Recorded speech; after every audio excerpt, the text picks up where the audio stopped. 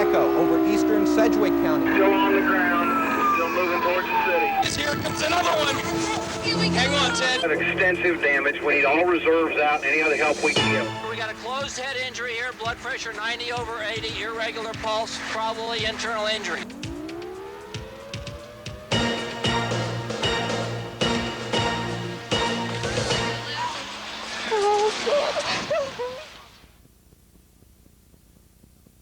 April 26, 1991, a killer tornado rips through south-central Kansas, leaving 20 people dead, hundreds homeless, and millions of dollars in damage. I'm John Holt. And I'm Melissa Beck. In the next 90 minutes, you'll see the strength of the storm through the eyes of the News Channel 3 team and through the eyes of our news watchers. We begin with the unedited video of news watcher Earl Evans, the incredible pictures from Teradyne as the tornado bears down on Andover, Kansas.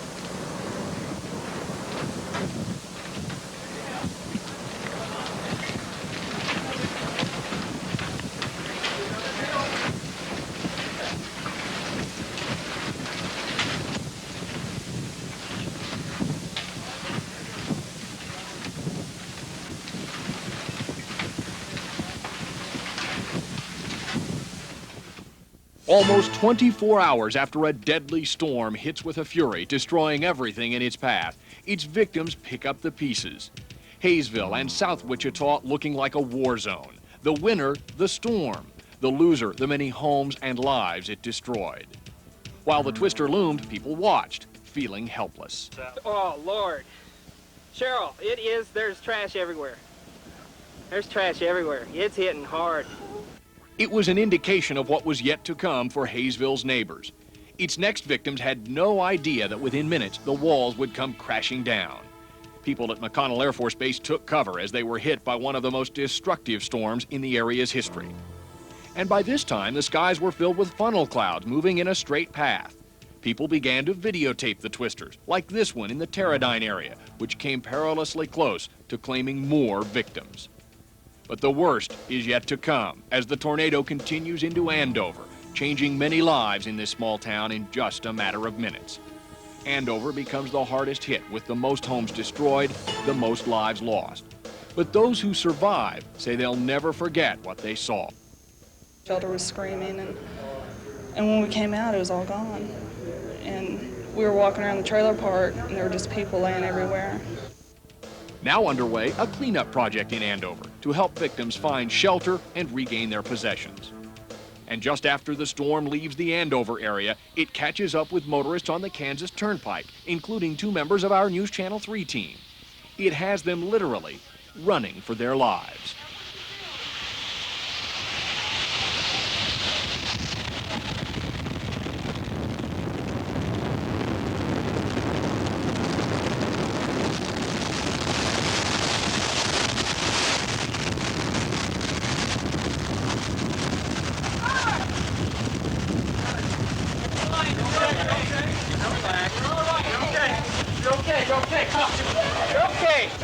It sounded like a freight train. It just passed right on top of us.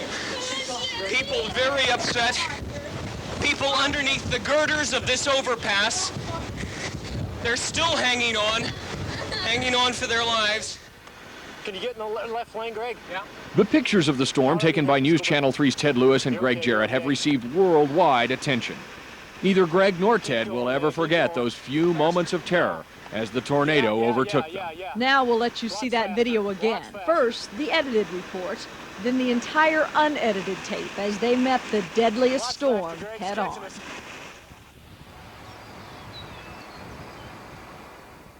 We were not expecting it, nor looking for it. A tornado that suddenly appeared almost out of nowhere as we traveled south along the Kansas Turnpike, north of El Dorado. Let's go, Craig, let's go. Listen to the wind, let's go, let's go, let's go. We thought there would be plenty of time to videotape it, but within seconds, it was looming larger, headed right for us.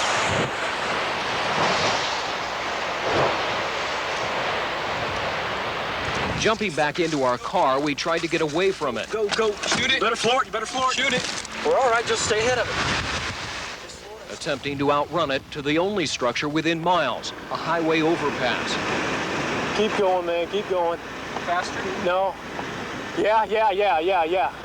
Lots faster. Lots faster.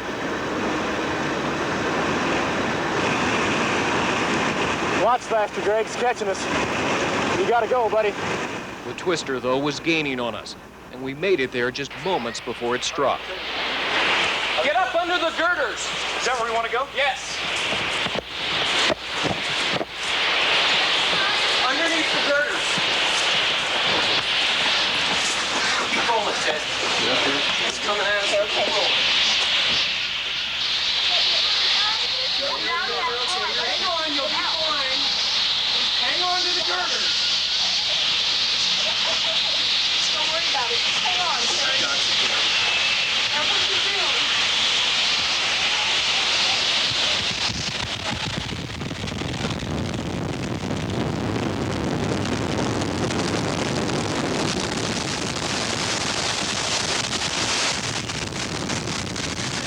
You're okay. Talk to me. You're okay. Talk to me. What happened? It sounded like a freight train. It just passed right on top of us. People very upset. People underneath the girders of this overpass. They're still hanging hanging on for their lives. It was a tremendous rush. Flying debris everywhere. Some people look to me like they're all right, but they have some scratches and bruises. Here comes another one. Hang on, Ted. I got you. Hang on. You're all right. Don't put your hand over my mouth. It's a little frightening. You guys just about didn't make it. Where was he at? Was he in the car or what? Yes. Okay, I think he's got a good heartbeat, but he's not awake. Hit his head. He's got a concussion or something. Those who did not make it to the overpass were less fortunate. All along the turnpike, there were injuries and wreckage. Your left hand and your head, okay? You remember everything that happened? Not really? This man was thrown from his car after it was picked up by the twister and tossed across the highway into a ditch. The mangled wreckage lay next to him. You need some place to sit down. Yeah, I'd come up on the road, so it would be the best place. Pallet's probably your best bet. And some 30 yards away, a tractor-trailer rig, picked up like a toy and thrown across the highway. The trucker, who was trapped inside, remarkably survived. You can't describe it. And completely from the far shoulder, rolled all the way over. How do you feel? Say 5 or 6 times. How do you feel now? I like to be alone for a few minutes. Got some thanking to do.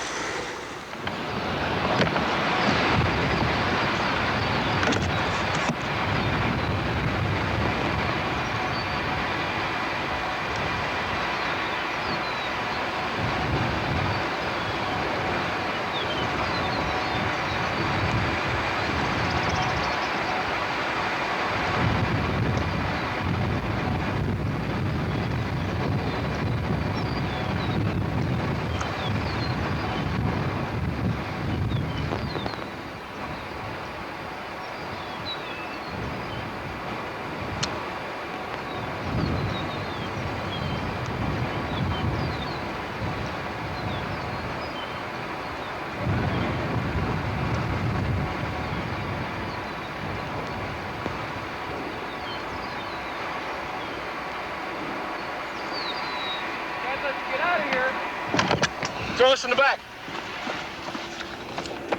Can you throw this in the back?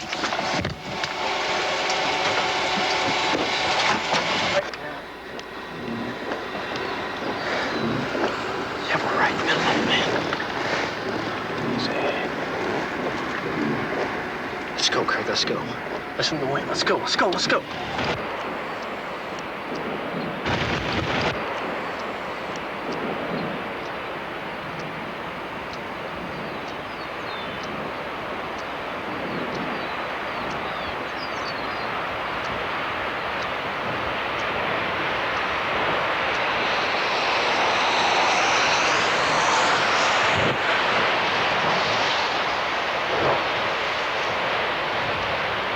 Listen to the wind. Let's go. Let's go. Let's go. Go, go, go. Shoot it. You better floor it. You better floor it. Shoot it. We're all right. Just stay ahead of it. Just floor it.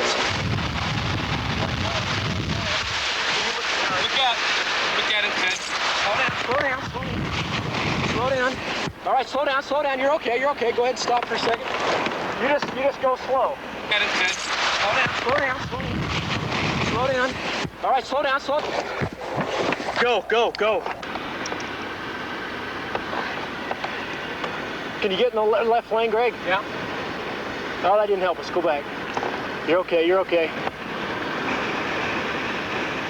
Keep going, man. Keep going. Faster? No. Yeah. Lots faster. Lots faster.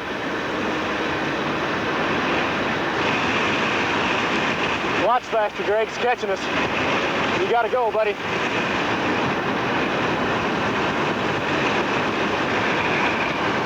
You gotta really go.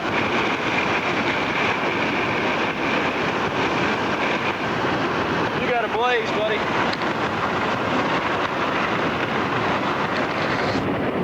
I don't know what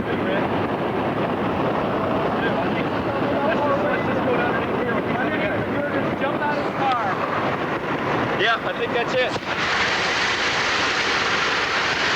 Go ahead of him. Go ahead of the van. Go ahead of the van.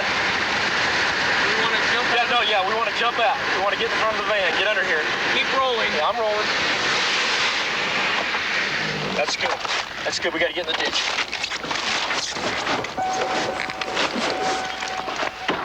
I think, I don't know where we want to be. Maybe we want to ride it out. Got it? Let's go. Get up underneath. Under here.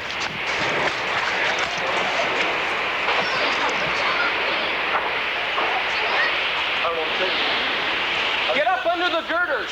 Is that where we want to go? Yes. Underneath the girders. Keep rolling, Ted. It's coming at us. Keep rolling. Come here. Shove yourself right up underneath them. And hang on to them. You're okay.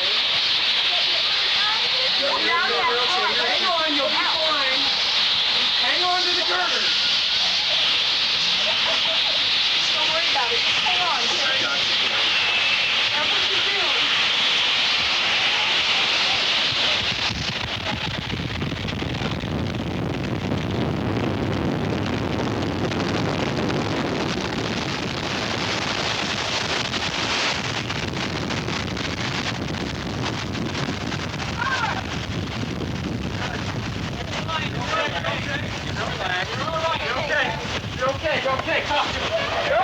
Talk to me. What happened? It sounded like a freight train. It just passed right on top of us. People very upset. People underneath the girders of this overpass. They're still hanging on for their lives. It was a tremendous rush. Flying debris everywhere.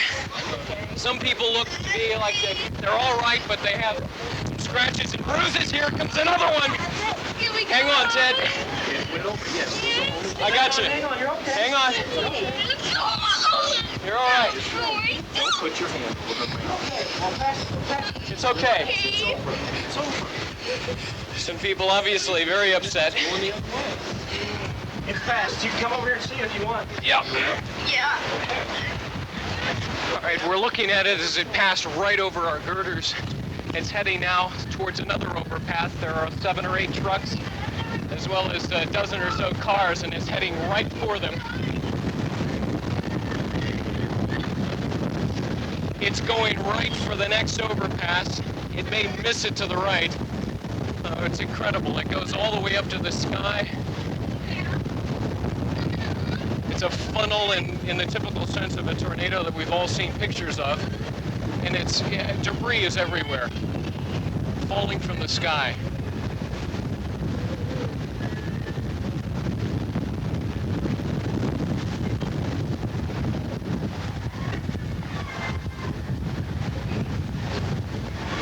It looks like it's past the next overpass and it's still going strong. In fact, it looks stronger than ever.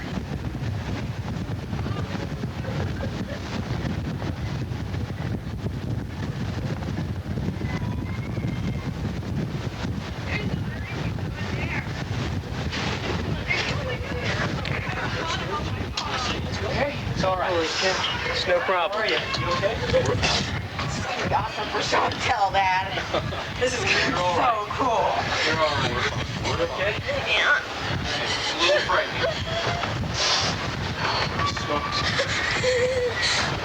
You guys just about didn't make it. Oh, I'll tell you what. Were you trying it the whole way? We were going, we came back. Where are you from? Wichita. We're Wichita? coming back in. I'm from Rose Hill. Okay. What station? Channel 3. Channel 3? I have a media program. Did you pull over? Did you see this thing coming at all? Well, we've been looking at debris for probably 10 miles, and we've seen people under every bridge, but there hadn't been a place to stop. So we went on ahead, and we were in front of the semi. It pulled over, a van pulled over, and we saw it, so we stopped. We saw it tear the big power lines down there. Sparks flew as it came across those. We pulled over and stopped. It was coming at us, so I flipped to you and came back here. And we got out. We got up here about 3 or 4 minutes before it hit. Good job. Thanks. This was the deadliest of all the tornadoes that touched down yesterday. News watcher Earl Evans captured this one from the Teradyne Country Club in Andover as the massive tornado was churning, twisting, devastating. At least 500 Andover homes were reduced to flying debris. Jeff Van Kuren captures the destruction left behind in Andover.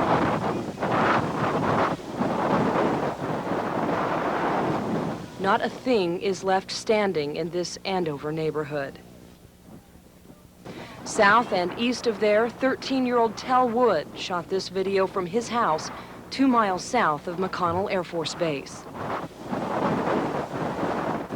Oh, it's hitting McConnell and South Wichita bad. It's huge. Michelle Pickard brings us this video of the same tornado, but from the other side.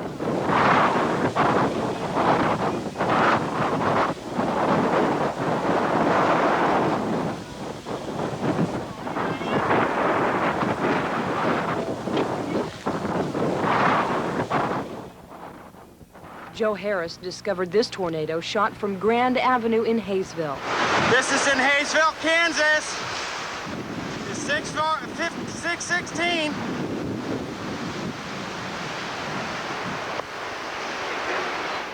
Richard Rico shows the devastating tornado left dozens of people in Hayesville with nothing but each other. I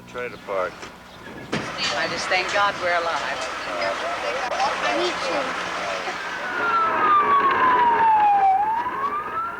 This is what the Golden Spur Trailer Park looked like intact, less than 10 minutes before the killer tornado swept through Andover.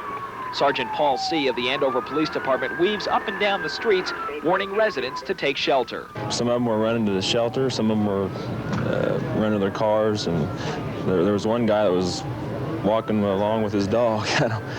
Paul normally uses his camcorder to document traffic stops. He never imagined using it to record the final moments of terror as the tornado devastated the town he is sworn to protect and serve. After warning as many people as he could in the time left, it was time for Paul to try and save himself. Don't get this way. It's been on the ground for probably 10 minutes now. It doesn't look like it's going to get up. Just about a half mile follow. Okay, all units take cover. Don't stay out any longer. Go for cover.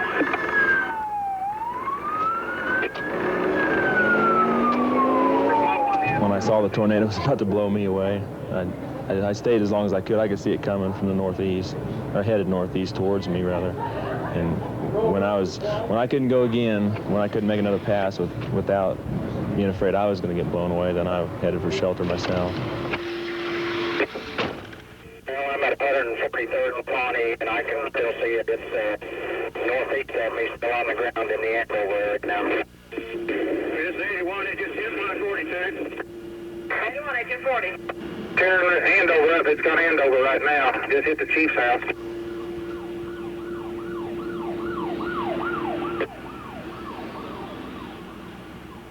Four days later, Sergeant Paul C. is still on the job, manning the telephones at the Disaster Command Center.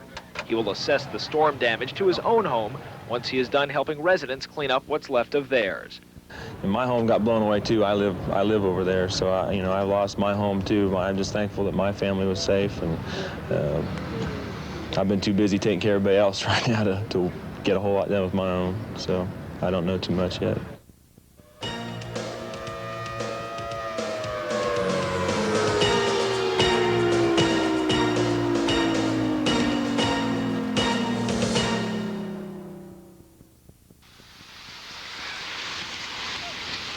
Minutes after the tornado touched down in Goddard, there was confusion and fear. This horse broke loose and galloped onto Highway 54. Witnesses say the tornado came out of the clouds and touched down right on the high-tech performance boat dealership.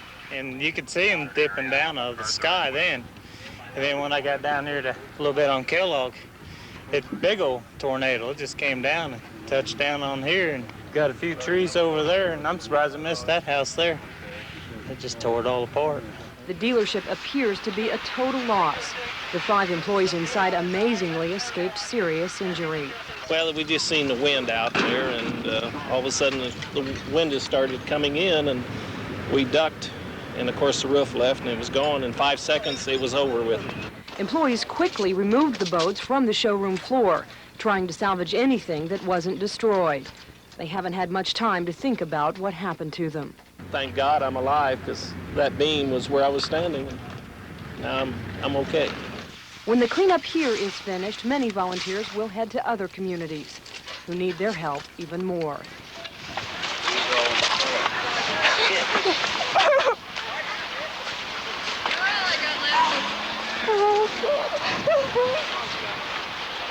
This woman was relieved to find her sister, Vicki Stein, unhurt after she heard that the Cox farm had been destroyed by the tornado.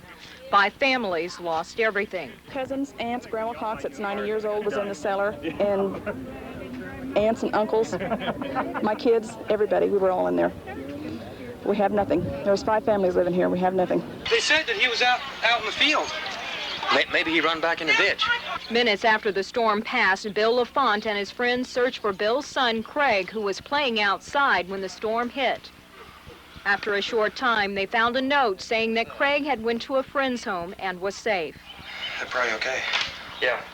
The gas we can smell here, is it safe? Move down there towards that highway patrolman. What about that telephone? Meanwhile, officials were trying to move people out of the area because of a gas leak. She broke below the stop, but it's plastic, and it broke above the stop, and I think I just hit stop off. Then the search for the injured began. Emergency officials had problems reaching 3 women who were hit by flying debris. They were finally taken out by a truck. Mark, you got some more down here? 2. A stretcher was used to reach the ambulances to take them to the hospital. Most were saved because they took shelter, and everyone says they are just lucky to be alive. I haven't heard anybody dead yet. Got a lot of children.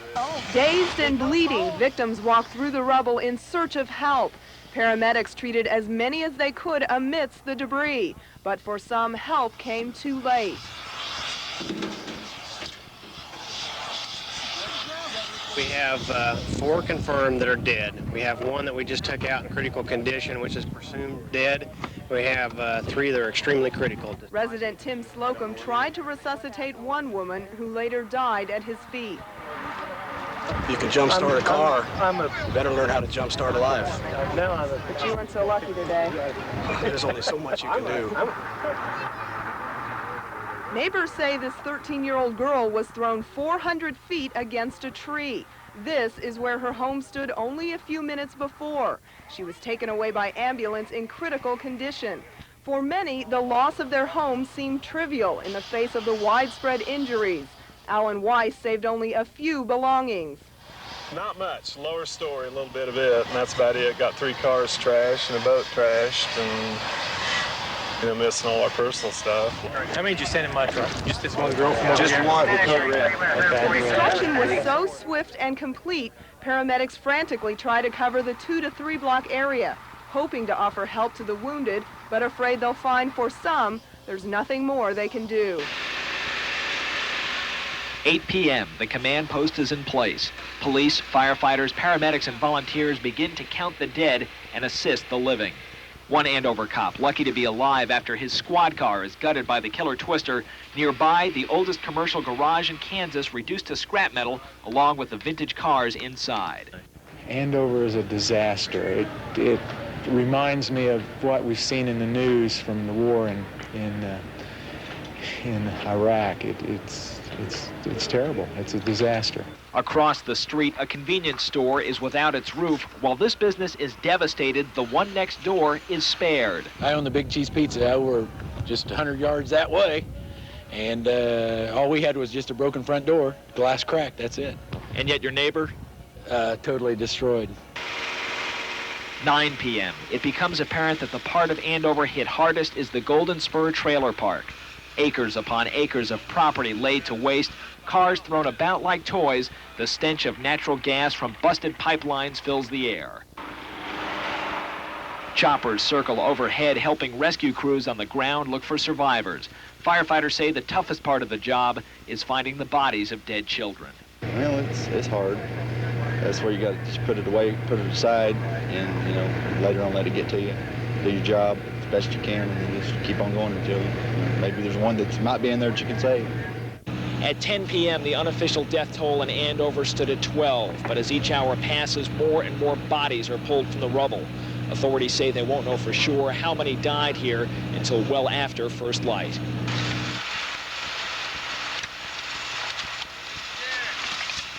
Ten past midnight, rescuers call off the search for the night. The death toll stands at 22 with countless others injured. Volunteers will return at dawn, hoping the sun sheds hope on Andover, knowing that it won't.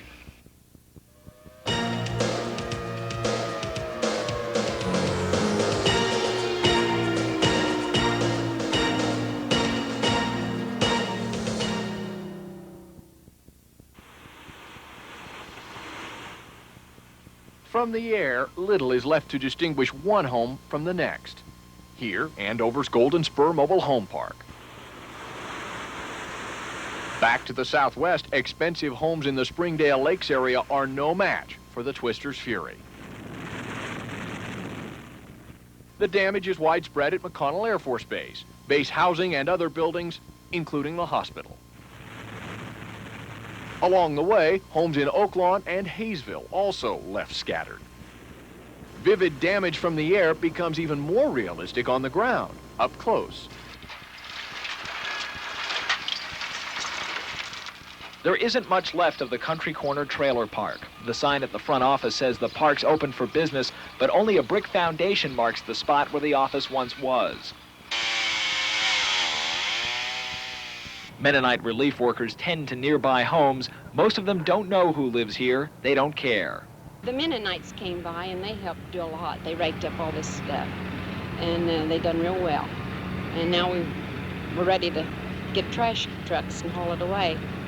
Other than that, we're still here. Across the street, sunlight pours through the Townsend's new sunroof. The family owned one of the first homes on this block and added onto it one section at a time for nearly 40 years. And now... You can't imagine. You can't imagine. There's just no words for it. It was just, it's like here and then it was gone. To work this hard, 38 years, and in less than 30 seconds, it's gone. Around the corner, the neighbors abandoned their home, but made sure to leave their address behind. The family lost both their mobile home and their house. One sits on top of the other.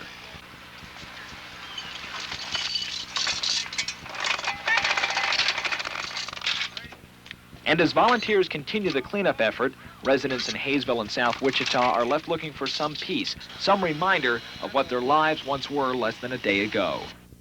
The sirens are going off for 15, 20 minutes, but I thought, no way would it hit this place. But it did, and it hit with a fury that's left base residents devastated. Bryce Morgan says the walls of his apartment came crashing in around him. He says it was 15 seconds of terror that seemed like a lifetime. I just closed my eyes, and all of a sudden I remember the bathtub just going round and round, and the bathtub flipped over, and I could feel stuff falling, or stuff pounding on top of the bathtub. Some families fled the base as the tornado approached. Many came back to nothing. We ran up here to see what was going on. They said, after they told us when we got on base, that it was Ant, which is right behind where we live, we knew. With little destruction of base hardware, some think the path for aid may be clear. There is some ability of the military to provide some initial funds anyway, and we'll have to see what we can do to repair some of this. As we look down on the far southwest side of the base, we can see the tornado completely gutted the recreation center down there. Then made sort of a jogging action to the north by northwest, came up and hit the Burger King, which was gutted literally from the inside out. Several cars there just completely banged up, probably totaled. The next path of the tornado was to take on the hospital, which it just devastated. This is what's left of the hospital, the roof and walls crushed, while the trees and ground are littered with debris. It's like almost like a disaster movie scene that you see with the twisted cars and the houses that are blown apart, and amazing devastation in a short period of time. It just shows you how 30 minutes can make a tremendous difference in somebody's life. It's a difference sure to be felt at McConnell for years to come. Even those who survived the tornado are touched by the death around them. Doris Cottle found refuge in her basement, but moments after the twister hit, she made a grim discovery. Right north of my driveway, we were standing at the end of the driveway, and we looked over, and someone said, "Is that a little doll?" And I said, "Oh my God, no, that's a little boy or little girl, little baby." It looked like he's about 2.5 maybe. Laid there covered with mud, and of course we called an officer. He came over and checked him, and he was gone. Even now, she doesn't know who the child was or where he came from. This man has only one question left: why his mother had to die in the storm. His only comfort now comes from her mementos scattered across the land.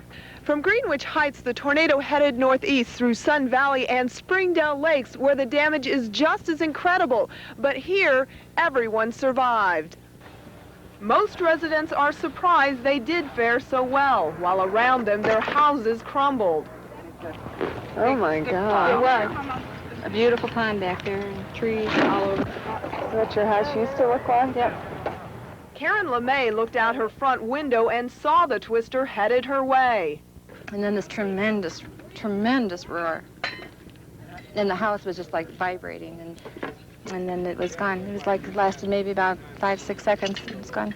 Long enough to destroy this neighborhood, but not its community spirit. We all know everybody's okay because we were all out in the streets afterward, and we were all here. Down here, about a block on our left or on the east will be the mobile home park, and on the right side it will be the individual residences. Those trying to return to what used to be their homes early this morning couldn't even get into the area without a pass. We got to have proof that you have a reason to be in there. I know you do. Residents and relatives had to show proof that they live in Andover. We got a pregnant woman. We're going to have another meeting. You have a driver's license. Can I have another name? As they waited in line, they talked of how they managed to escape injury, while others didn't. You know, everybody in the shelter was screaming, and when we came out, it was all gone. And we were walking around the trailer park, and there were just people laying everywhere. And I know most of our neighbors didn't make it out, because when we came out to go to the shelter, they were still in their house.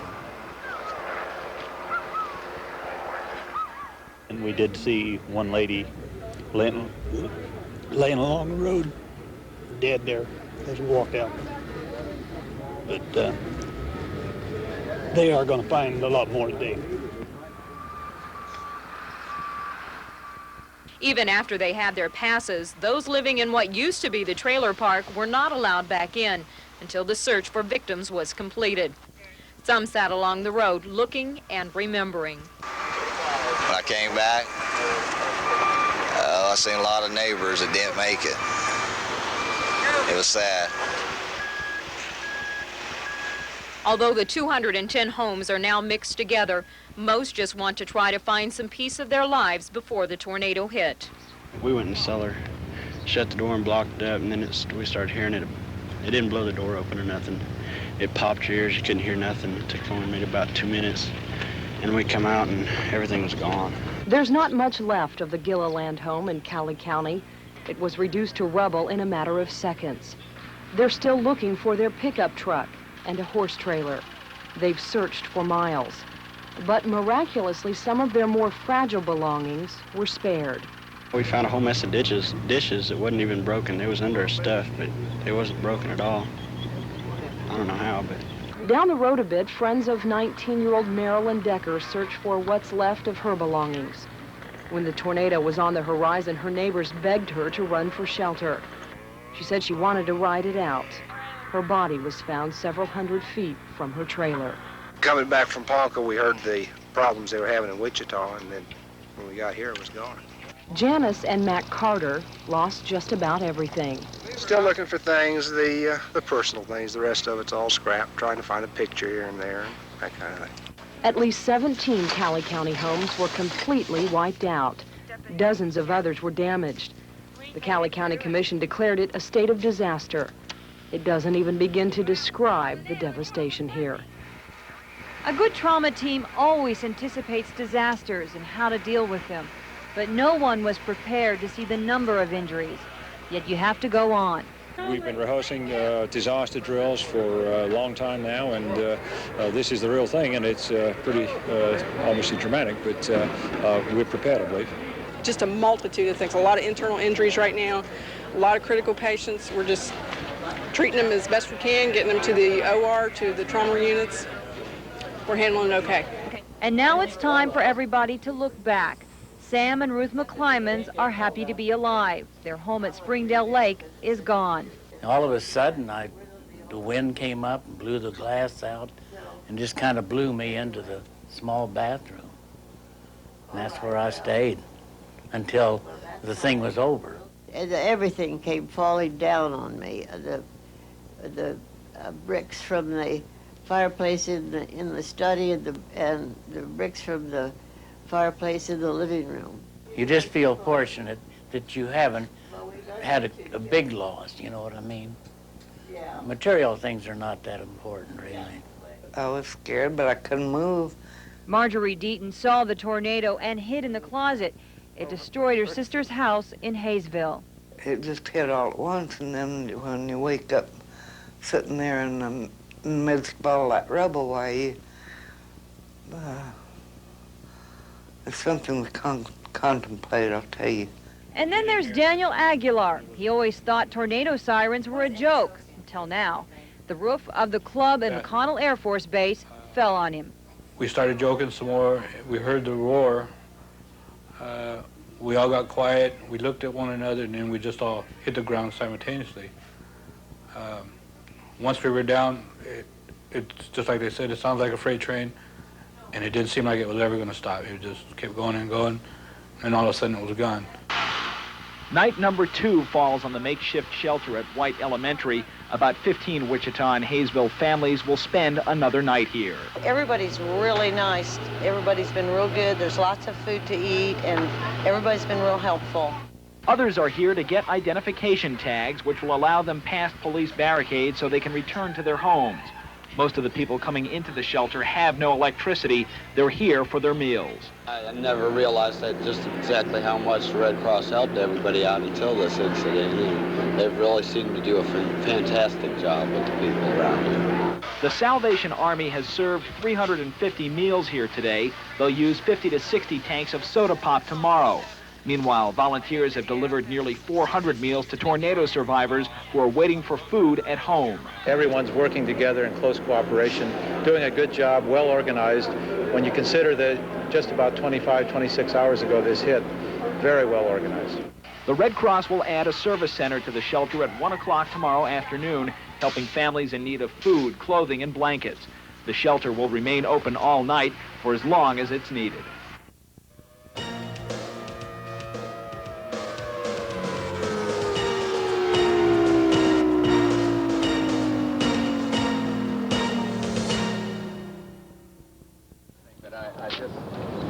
I wanted to say that on this day of worship, we were expressing our prayers for the victims of the terrible tornadoes, particularly those around Andover, Kansas. Bob Dole called me yesterday about this awful destruction, and perhaps on this Sunday it's a good time to say a prayer for the families that have been hurt so badly by this devastation. But it's, we do whatever we can to help. Others are moving very quickly to help, but it's been a terrible tragedy and just an awful thing for a lot of families in our country, not just in Kansas, but elsewhere as well. Thank you all. It looks no better than it did Friday night when residents of this Andover neighborhood came out after the tornado hit.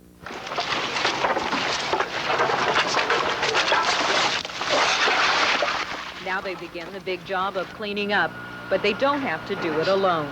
Go through this stuff and find out valuables, put them over here around his motorcycle. Okay. Trash over here, and if it's questionable, put it by the trash. One of the groups helping is the Mennonite Disaster Services, whose volunteers spent the day moving from one home to the other, helping in any way they can. My hat's off to the Mennonites, man. They're amazing, aren't they? They come in here to the things that I said, to heck with it. They got in there with chainsaws, took section at a time, and we took truckloads out of here that was salvageable. Many know firsthand what these families have been through. We lost everything in the Heston tornado, so my wife and I here, we wanted to turn around and do somebody else a favor. We probably had 30 or 50 people help us in about 3 days, so we decided it was our turn to go help somebody else. A busload of Heston high school students also pitched in. We got help at Heston, and our school decided that they were going to come out here and help. So, I guess just paying back a favor. Once the cleanup is completed, the big question for these homeowners is whether they will rebuild or move. Wilma Henriksen, News Channel 3, Andover. This April 26, 1991, we're watching a tornado north of us, kind of northeast. We're on 103rd Street southeast of Clearwater. Tornado's heading for Wichita. Linda Potter captured this tornado as it picked up steam, heading through Clearwater on its way to Hayesville. Everything in its path is no longer standing. When I opened the door, I just noticed that I didn't have a garage. All I can see is my neighbor's barn no longer there, and that was it. My shed was gone, and a lot of my possessions were found half a mile away in the wheat field. David Lindell barely had time to get his 3 boys in the basement before the tornado took away part of his home. When we found them, the Lindells stopped to rest for the first time since the storm hit.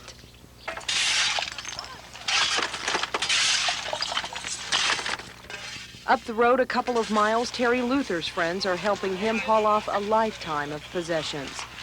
He watched from the storm cellar as the tornado robbed him of his home. As I look out the door, I can see my house lift up, take the roof, and then it started moving the whole thing. Tree over there. His Green Beret and his military medals were about all that made it through. His wife's wedding ring that she kept in a jewelry box is gone. He says he's thankful, though. He has his friends, his wife, and his life. Amid the rubble and debris, the memory of what had stood for 60 years. Myers Garden Spot, it was called, a tree and plant nursery that was a mainstay in the south of Wichita. When the tornado approached, there were a dozen or so people here, among them the owners, Nellie and Elliot Redenbaugh. Well, we watched it as it touched down, and it was a long, narrow funnel. And then once it hit the greenhouse, it got windy, so we shut the door, and it was just like a roar. The house kind of shook, it was kind of like a sonic boom, and I didn't think it really done any damage, but it did.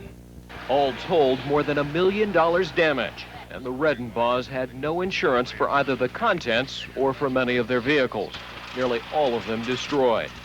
But the good news is that no one was injured. Elliot saved the lives of 3 children in a truck when he rushed out, grabbed them, and took them to the cellar of this home, where his wife and others took refuge. I could see it coming over the greenhouses when I headed for the cellar. And I mean, I didn't stop to really take a second look because I could see debris flying in the air. It's unbelievable. It just happened so fast that you just can't believe it. There's probably $1.5 million worth of value, but I'm just glad to be alive. The Lord took care of us.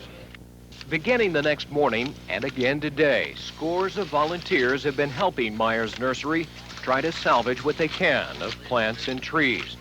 But with little insurance, the future of this business is in doubt. I'm sure we'll rebuild because we want to keep tradition up. We've been here so long, and her grandfather bought this place in 1929. I'm with Elliot. We're just taking one day at a time, one step at a time. The path of ruined homes in Oak Lawn stretches for blocks, 2 or 3 houses wide. The houses are small, thin walls either crumbled or had holes punched through them. 79-year-old Louise Trump made the trip back from a nursing home today. Her old house is gone, but her neighbors survived. I was afraid it was that. Bruce's house, but that's why we came down here. I wanted to see if they were all right. But 2 women were trapped next door, the fallen tree blocking the exits. The family's still sleeping here in spite of the present danger. The wall right there is leaning, and if it keeps raining, it'll probably make the trees fall and crush it in. And the ceiling is sagging real bad. Those who took the tornado head-on have just handfuls of belongings left. People here in Oak Lawn may feel a bit forgotten in the ruins of their neighborhood. While others were hit much worse, no one's come here to help them yet. And in this working-class neighborhood, folks who lost everything will need as much help as anybody to put their lives back together. I've been through some wild things, but this has been about the worst. Ted Huffman's home collapsed. He wasn't here. In a few weeks, he'd planned to make this his retirement home. We'll probably tear it down, and I'm not going to rebuild. I'm just going to see if I can get the insurance out of it. And Ralph Webb is cutting away the once majestic trees. He's not charging anybody. Says he knows they need help. Pole lamp, barbecue grill. I know 5 cassettes for the kids. Even people making lists of what's gone have little hope of putting it all back together the way it was. They just have to come in and take it out, and I'll just move somewhere else. That's about it. But survival makes way for some dark humor here, too. The woman says the white flag means she surrenders. The base hospital was one of 9 Air Force buildings totally destroyed. Shortly after the Army Reserve found out about the damage, initial plans were made to provide medical supplies. But then we got the idea, well, why don't we move over a little bit and let the Air Force come into the Army Reserve Center and see if we could help them with space also. The Army Reserve quickly vacated about 1/3 of its facilities to make room for the Air Force. Right now we're moving furniture. What we're unloading now is the patient records. They were intact. A lot of our supplies are still intact. So once we get everything moved over, we can be operational again. Moving a hospital is a very large job. The furniture and the medical records must be transferred to the new location, along with the medical supplies and the equipment that must be tested before it can be used. While not all of the equipment survived the tornado, quite a few of the medical supplies were salvaged. Our concern is sterile supplies, and we're checking in any packages that are wet at all. They're being disposed. Though the temporary clinic expects to be up and running sometime Monday, it could be several days before the moving process is complete.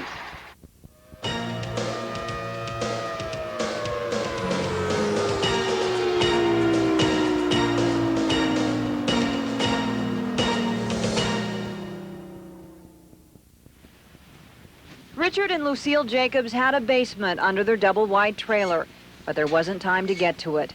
Lucille was in her favorite chair when the storm hit.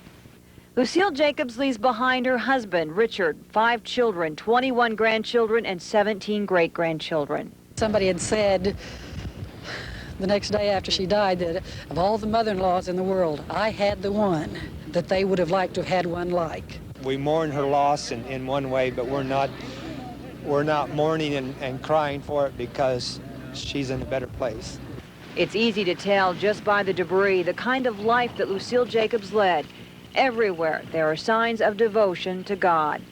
When they found her body and rolled her over, he said that she had a peaceful look, that she looked like she was at peace with the Lord, and I believe she was, because I know that she was ready and things were there in place. She'd served the Lord all of her life, and she was ready to go. She had a really full life here, but it's like her life was not really going to begin until she went to heaven.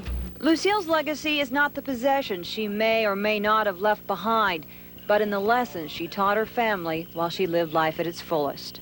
And she wanted to serve him no matter what it took.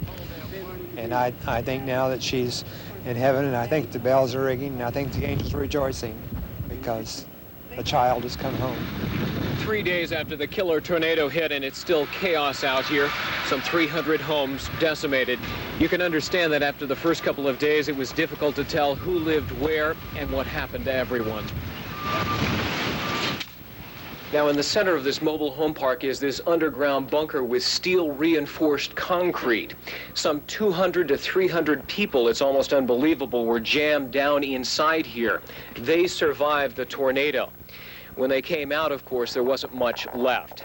As of yesterday morning, there were some 200 unaccounted for individuals in this general area, and that is when a very intensive 24-hour search began using maps. As of this morning, only one family is missing. 45, and these 2 trailers were completely gone. We could not find any of the remains of those trailers.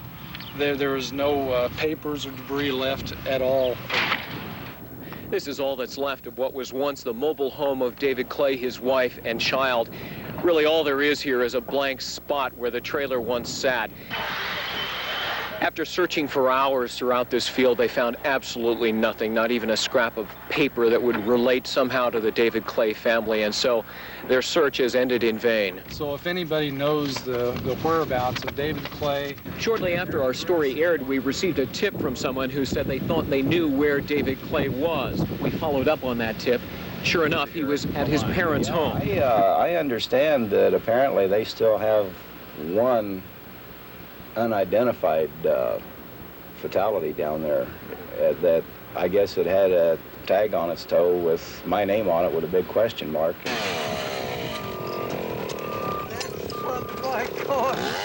It may not seem like much, but these small items mean the world to Paul Scaffey. The only things left after the tornado destroyed the material things he and his wife Rose had collected during their 53 years together. Today was the first time his wife had seen what the twister had done to their home. I didn't ever bring Rose out on account of her condition, but tears came in your eyes. Paul had hoped to find 2 special pencil drawings given to him long ago by his aunt, and couldn't believe when one was found by the volunteers cleaning up. Oh, they're looking for the dog now. Isn't that something you never expect to find something like that, would you? No way. Well, thank you so much. We're finding a lot of things that mean so much. Just a few minutes later, the other drawing was found, only slightly damaged.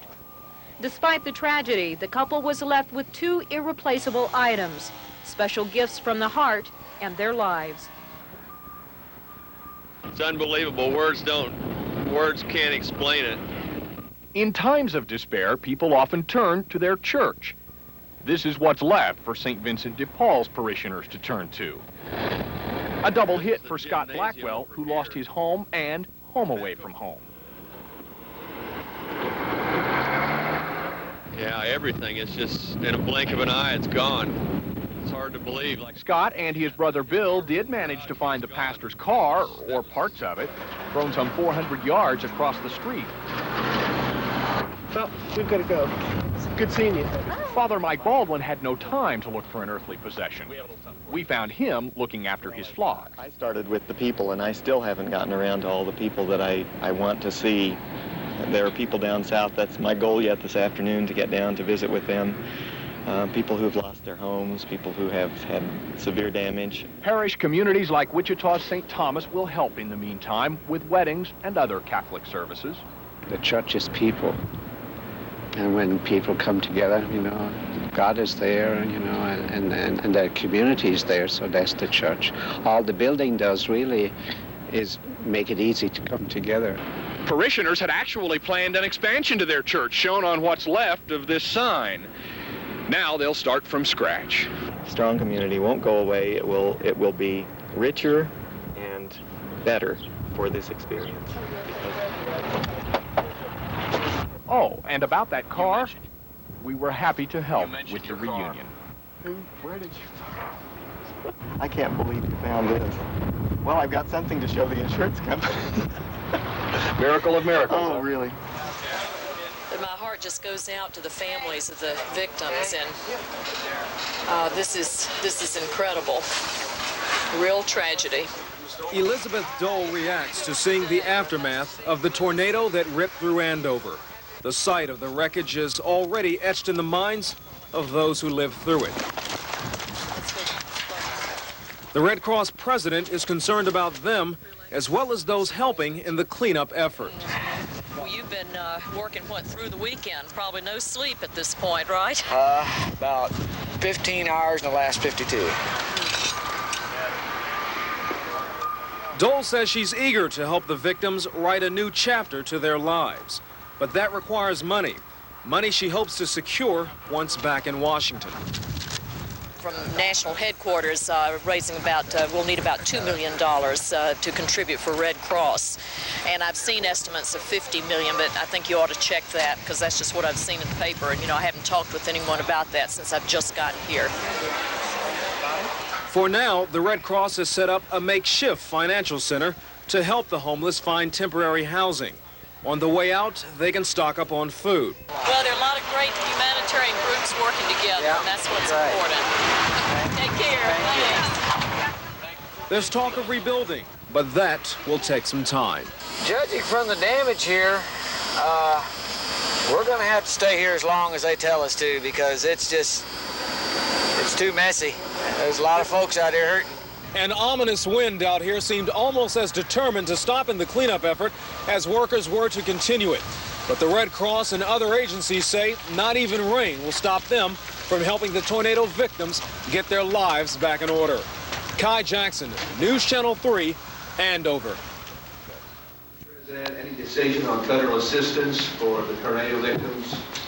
I'm glad you asked about that one because one of the reasons I kept you all waiting a little bit is I just signed the disaster assistance for Kansas, and I expect as the other requests come in, they will be processed that rapidly. But it's I mentioned yesterday coming out of church that our hearts really go out to the victims. Bob Dole was out there the night before last in Kansas, and he called me up, I think it was Friday night, or Saturday night, I guess he got back, and said he really never seen anything like this.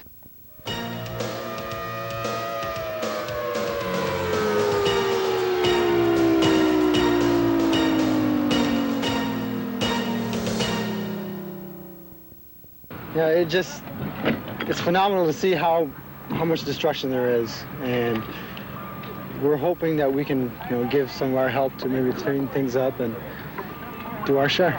Most of these students worked in silence, soaking in the grief felt by those who used to live here. The horror that the people had to have gone through, knowing that the invasion of their lives and how devastated they must be to not have anything. It's really sad, and I'm just glad to help. It's just because I know if it was me, I'd want somebody else's help. They searched for hours, looking for any personal belongings.